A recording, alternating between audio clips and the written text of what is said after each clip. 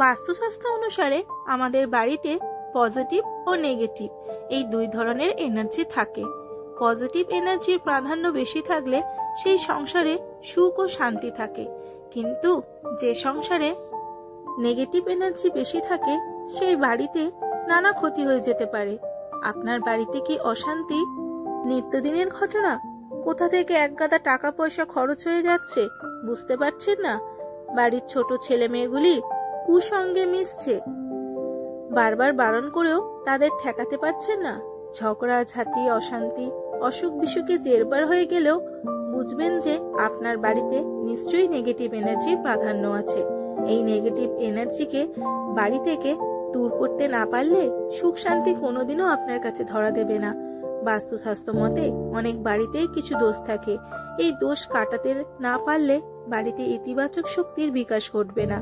তবে তার আগে আপনাকে এ বিষয়ে নিশ্চিত হতে হবে সত্যিই আপনার বাড়িতে ইতিবাচক শক্তির প্রভাব রয়েছে কিনা।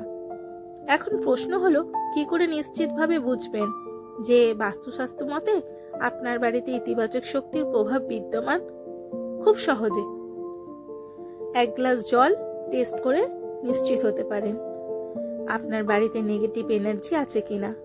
আজকের এই ভিডিওতে আমি আপনাকে জানাতে চলেছি আপনার বাড়িতে নেগেটিভ এনার্জি থাকলে কি লক্ষণ দেখে আপনি বুঝবেন, কিভাবে এক গ্লাস জলের সাহায্যে হাতে না হাতে পরীক্ষা করবেন আপনার বাড়িতে নেগেটিভ এনার্জি রয়েছে। আর যদি নেগেটিভ এনার্জি আপনার বাড়িতে থাকে তাহলে কিভাবে তাকে ঘর থেকে বিদায় করবেন। ভিডিওটি অত্যন্ত গুরুত্বপূর্ণ হতে চলেছে, তাই আপনি যদি আপনার ঘর থেকে নেগেটিভ এনার্জি তাড়াতে চান তাহলে ভিডিওটি শেষ পর্যন্ত দেখুন। প্রথমেই জেনে নিন আপনার বাড়িতে নেগেটিভ এনার্জি থাকলে কি কি লক্ষণ দেখা যাবে। এক হলো, কঠোর পরিশ্রম করার পরেও সংসারে কোনোভাবেই উন্নতি করতে পারবেন না। অত্যাধিক খরচ বেড়ে যাবে, অবশেষে ঋণ ধার করতে বাধ্য হবেন। একটা ঋণ শোধ করতে না করতেই আরেকটা ঋণ নিতে হবে।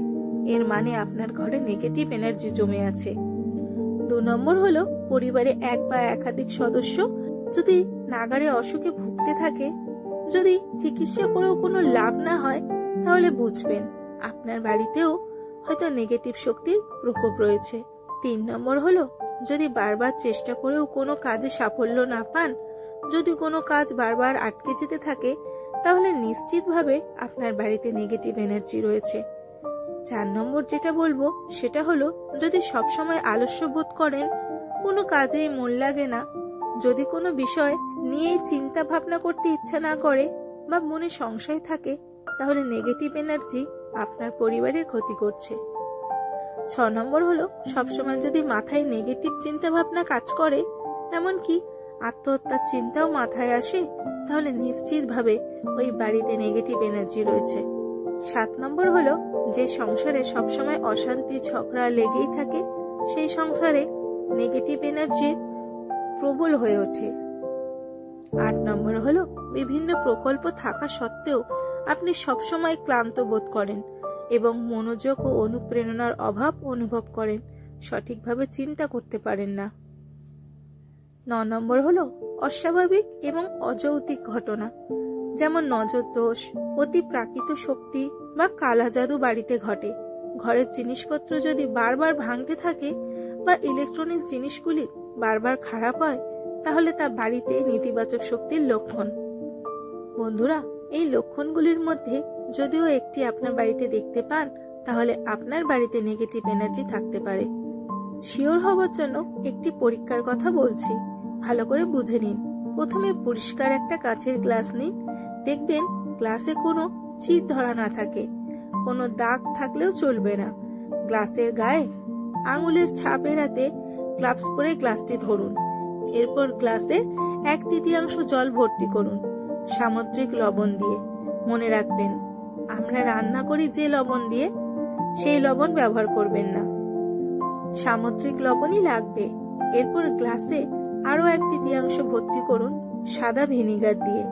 গ্লাসটি নাড়াবেন না বা চামচ দিয়ে মিশ্রণটি ঘেটে দেবেন না।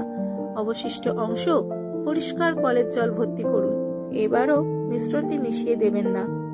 এখন আপনাকে ঠিক করতে হবে গ্লাসটি কোথায় রাখবেন।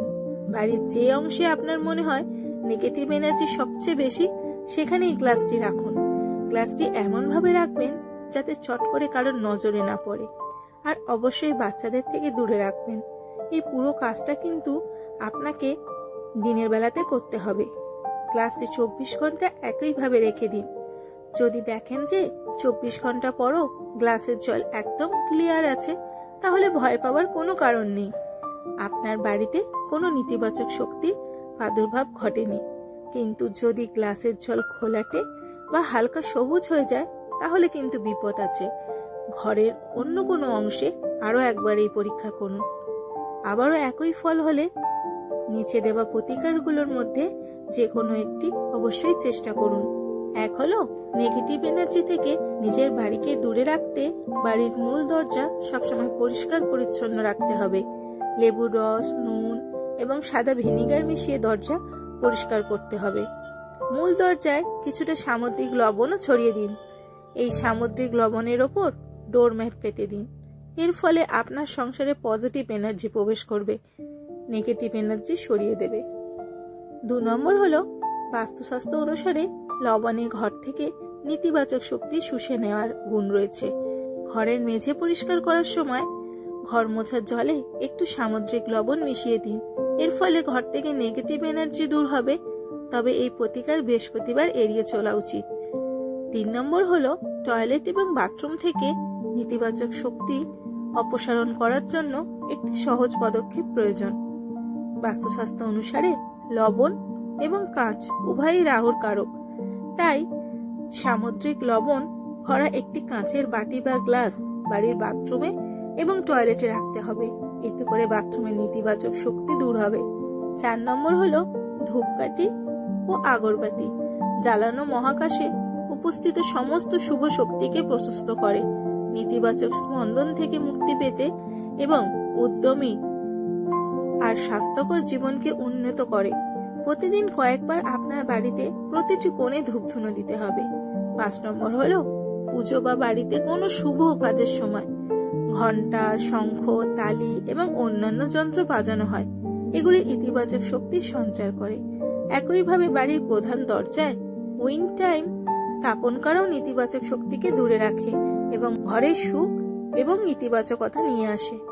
6 নম্বর হলো বাড়িতে পজিটিভিটি আনতে snake plant, jade, holly, basil, money plant, peace lily, lucky bamboo, aloe vera জাতীয় উদ্ভিদ লাগাতে পারেন। 7 নম্বর হলো নেতিবাচক শক্তি দূর করতে বাড়ির পূর্ব দিকে তুলসী গাছ লাগান। এটি আপনাকে ইতিবাচক শক্তি আনতে সাহায্য করবে এবং আপনি নেতিবাচকতা দূর করে সাফল্য পাবেন। আপনি চাইলে পূর্ব দিকের বারান্দাও লাগাতে পারেন। 8 নম্বর হলো বাড়ির ছাদ সবসময় পরিষ্কার রাখুন। ঘরের ছাদে আবর্জনা রাখলে ঘরে সবসময় ঝামেলা লেগেই থাকে। বাড়ির ছাদে সর্বদা ন্যূনতম জিনিসপত্র রাখা উচিত। বিশেষ করে মরিচা পড়া লোহা কোনো জিনিস রাখা উচিত নয়, কারণ লোহা শনি গ্রহের প্রতিনিধিত্ব করে। যদি মরিচা পড়া লোহা থাকে তাহলে জ্যোতিষশাস্ত্র অনুসারে আপনার শনি দুর্বল হবে। শনি দুর্বলতা মানে আপনার জীবনে নেতিবাচক পরিস্থিতির উত্থান হবে। 9 নম্বর হলো পরিষ্কার বাতাস এবং সূর্যের আলো ঘরে ইতিবাচক শক্তি নিয়ে আসে। তাই সকালে কিছুক্ষণ ঘরের জানলা খুলে রাখুন। এছাড়াও বাস্তুনীতি অনুসারে ঘরের কোনো অন্ধকার কোণ থাকা উচিত নয়। যদিও কোনো জায়গায় পর্যাপ্ত প্রাকৃতিক সূর্যের আলো না থাকে, তবে সেখানে আলো জ্বালিয়ে রাখুন। 10 নম্বর হলো ঘর থেকে নেতিবাচক শক্তিকে দূরে রাখতে সকাল সন্ধ্যা বাড়ির মন্দিরে গরুর দুধের তৈরি ঘিয়ের প্রদীপ জ্বালাতে হবে। এর সাথে অবশ্যই তুলসী তলায় প্রদীপ জ্বালান। এছাড়াও সন্ধ্যায় প্রধান প্রবেশদ্বারে ঘিয়ের প্রদীপ জ্বালালে দেবী লক্ষ্মীর আগমন হয়। এর সাথে ঘরে সকাল সন্ধ্যা কর্পূর জ্বালালেও নেতিবাচক শক্তি ধ্বংস হয়। 11 নম্বর হলো ঘরে ময়লা আবর্জনা জমিয়ে রাখবেন না। পুরনো জামা কাপড়, খারাপ ইলেকট্রনিক্স জিনিস, ভাঙা আসবাবপত্র, বন্ধ ঘড়ি ইত্যাদি পড়ে থাকলে অবিলম্বে সেগুলো ঘর থেকে বের করে দিন।